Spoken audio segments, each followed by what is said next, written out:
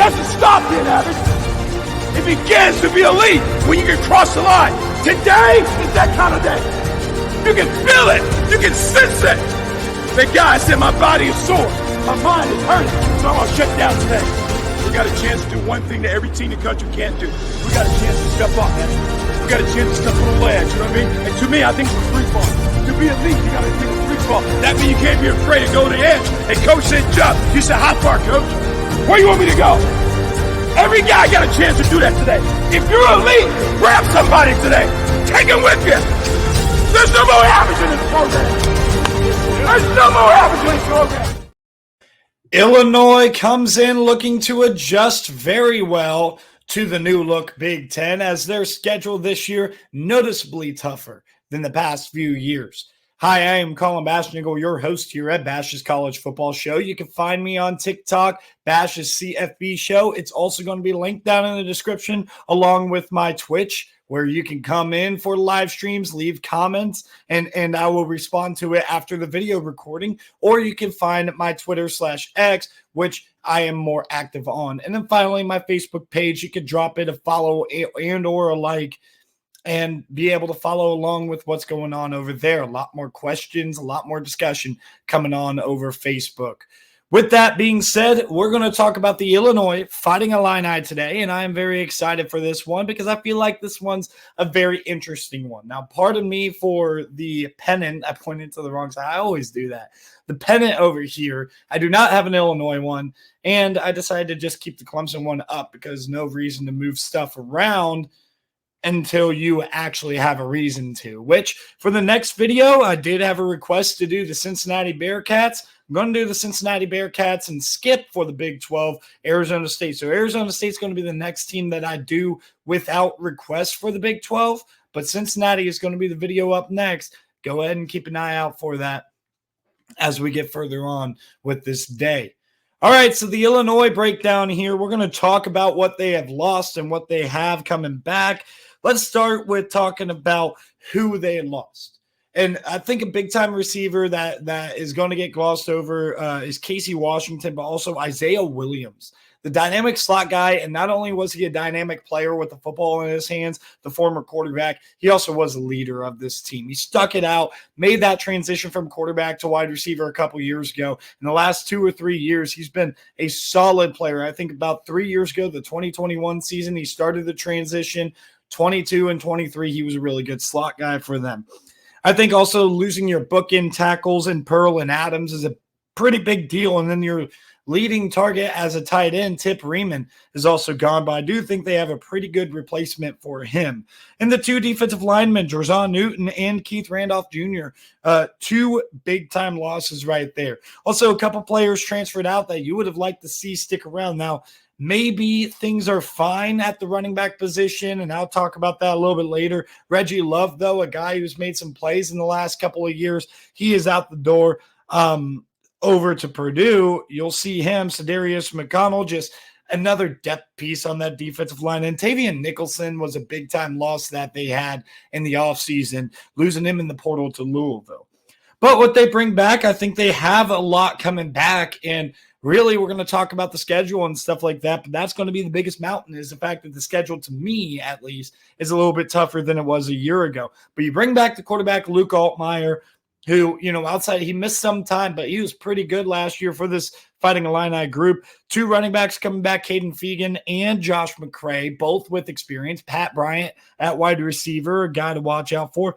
Two interior guys, though. You lost your bookend tackles. You got Chrysler and Kreutz back on the interior of the offensive line. All three linebackers are back in Jacques Odeluga and Coleman. And then finally, a couple of defensive backs are back. You got a more versatile kind of nickel guy in Xavier Scott. You got a cornerback in Zachary Tobe and a true safety in Miles Scott, all coming back for this Fighting Illini team. So overall, at every single level of their team, they bring back some experience, and they also have a little bit of holes, but not a ton at every single level.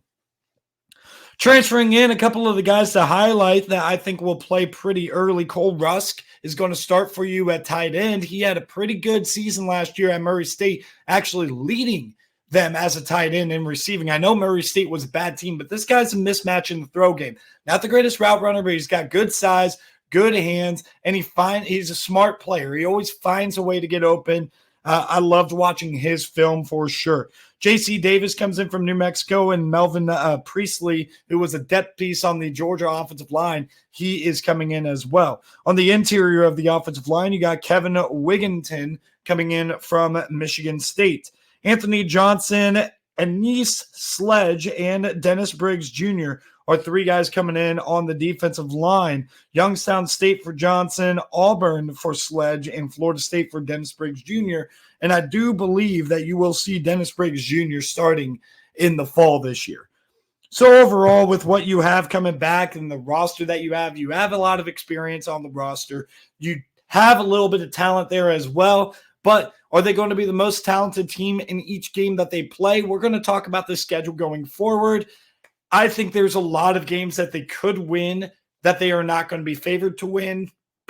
So without further ado, as I clear my throat there, let's get straight into the schedule predictions. For the first game, they play Eastern Illinois on a Thursday night, the opening Thursday night. I think it's going to be exciting to be able to see this team play early, but not against the greatest of teams, an FCS team. I think they win that game. I think this Kansas game is going to be a battle, but Champaign is not necessarily the hardest place to play. I think this Kansas team, assuming that they're healthy, they're going to be a really good team. And as long as Jalen Daniels stays healthy, I think that, and I know that's just week 2, but you never know with that kid. I am going to pick Kansas to win that football game. I think they beat Central Michigan. I'm not exactly the biggest fan of what Jim McElwain has going on up there. I don't think he's been doing the greatest job up there, but I think he's been kind of holding it together. I think this could be his last year, though, at Central Michigan. I don't really see much there with Central Michigan, but these MAC schools, they could always come up and surprise you a little bit. But given that Illinois beat Toledo last year, one of the tougher MAC schools in the league, I think they will have no problem with Central Michigan. Nebraska on the road on a Friday night. It is going to be packed. It is going to be wild. There's going to be a lot of hype behind Nebraska, especially if they beat Colorado in the non-conference. I was back and forth on this. I could see this going the other way, but with it being a road game on a Friday night, I'm going with the Nebraska Cornhuskers to win the game. And at Penn State on the 28th, tough place to play, man. I think they're going to really be able to run the ball, and it doesn't help the fact that Illinois is replacing a lot of impact reps by Drazon Newton specifically, but Keith Randolph Jr. on the interior. I think they're going to struggle to stop the run game, though I have a lot of questions about Penn State's offense. I also don't think they're really going to score on Penn State. Penn State came into Champaign, dominated them last year as well. Actually, wait, did they? Yeah, I feel like they did. Anyway, Penn State wins this game. Purdue, off of a bye, too. You catch a bye at a good time after back-to-back road trips at Nebraska, at Penn State, and you get Purdue back at home. Can't let this one slip away. This is a must-win. You have to win against Ryan Walters and that Purdue squad, and I think they will, but I think it's going to be a really, really tough game where that secondary is definitely going to be challenged for Illinois. Moving on to the next part of the schedule, you have the Michigan Wolverines coming into town, and I think that Michigan does get a pretty easy win here. I think Michigan's just a much better team. I think they're going to be able to shut down what Illinois has on offense, and overall, I don't think Michigan is going to have much of a problem with Illinois in that one. At Oregon, a tough trip to make directly after the Michigan game. I don't really think they have a chance to win that one. I think if there's one game that I'm saying is a guaranteed loss for Illinois on the schedule, it's this one. And you guys can kind of see what I mean by having to play a tougher schedule. They're going to get Penn State, Michigan, and Oregon all in the same season. That's pretty tough. That is a really tough, especially as close together, as jumbled as it is.